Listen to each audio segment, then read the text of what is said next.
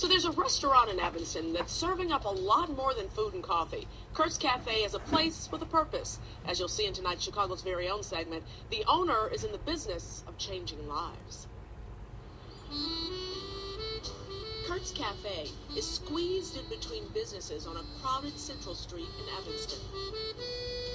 Inside, you're not sure if you're in your own living room or a Salvation Army store. It's everyone's stuff. It feels like home. You know, there's no rhyme or reason to it. There's no designer here. It's just local art, local stuff. Loyal customers say they come to Cur'ts for the fantastic food and the signature green smoothies. What many of these patrons don't realize is while they're here for the food, they're serving a much higher purpose. I have one to carry out, please. Cur'ts owner, Sue Treisman, Cranberry and walnut. has been a chef for 25 years. She was part of the original Food for Thought catering team, a popular Chicago catering company since 1983. But she left the family-owned business behind to answer a higher calling. It happened one day while she was volunteering at the Evanston Police Department. 3 kids, 3 14-year-old boys, were going to be sent away for felonies. And that's when a light bulb went off. We had the conversation.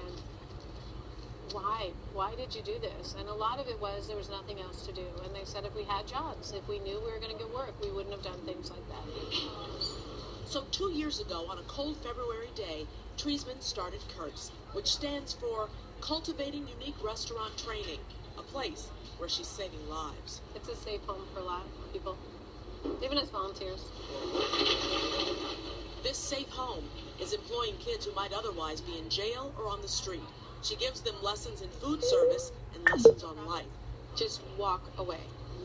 Let's try to go 2 whole weeks without any fights. Much like a mother would, oftentimes at the kitchen sink. If we're washing dishes together, then oftentimes the truth will come out, or what they really want to say will come out. It's just a more honest conversation. At the dish sink, at least for the first couple of weeks or months. Mix it up like this so it gets more air in it. Kids, like 18-year-old Justin McClure, Then next you get your peppers. who got into legal trouble, feel like they've been given a second chance at life here at Cur'ts. As soon as I walk through the front door, it's like everything on the outside world is gone. Like this is like a second home. Right now it's ready. As soon as I got here, they made me, like my first hour, they made me feel like I've been here for a whole year. Yeah, beautiful. I'm proud of you for doing that, hon. Thank you. Cur'ts doesn't make money. The program is partly funded from grants and donations, but that's scarce. In fact, there was a time Cur'ts almost closed due to lack of funds. Susan has funded this by herself to start off with. We received some money from the city, but it's a restaurant. And until we sort of, restaurants take time to get up, to get the word out. As far as the success rate for these kids finding jobs and turning their lives around, Beautiful. it happens. Not always, but it does.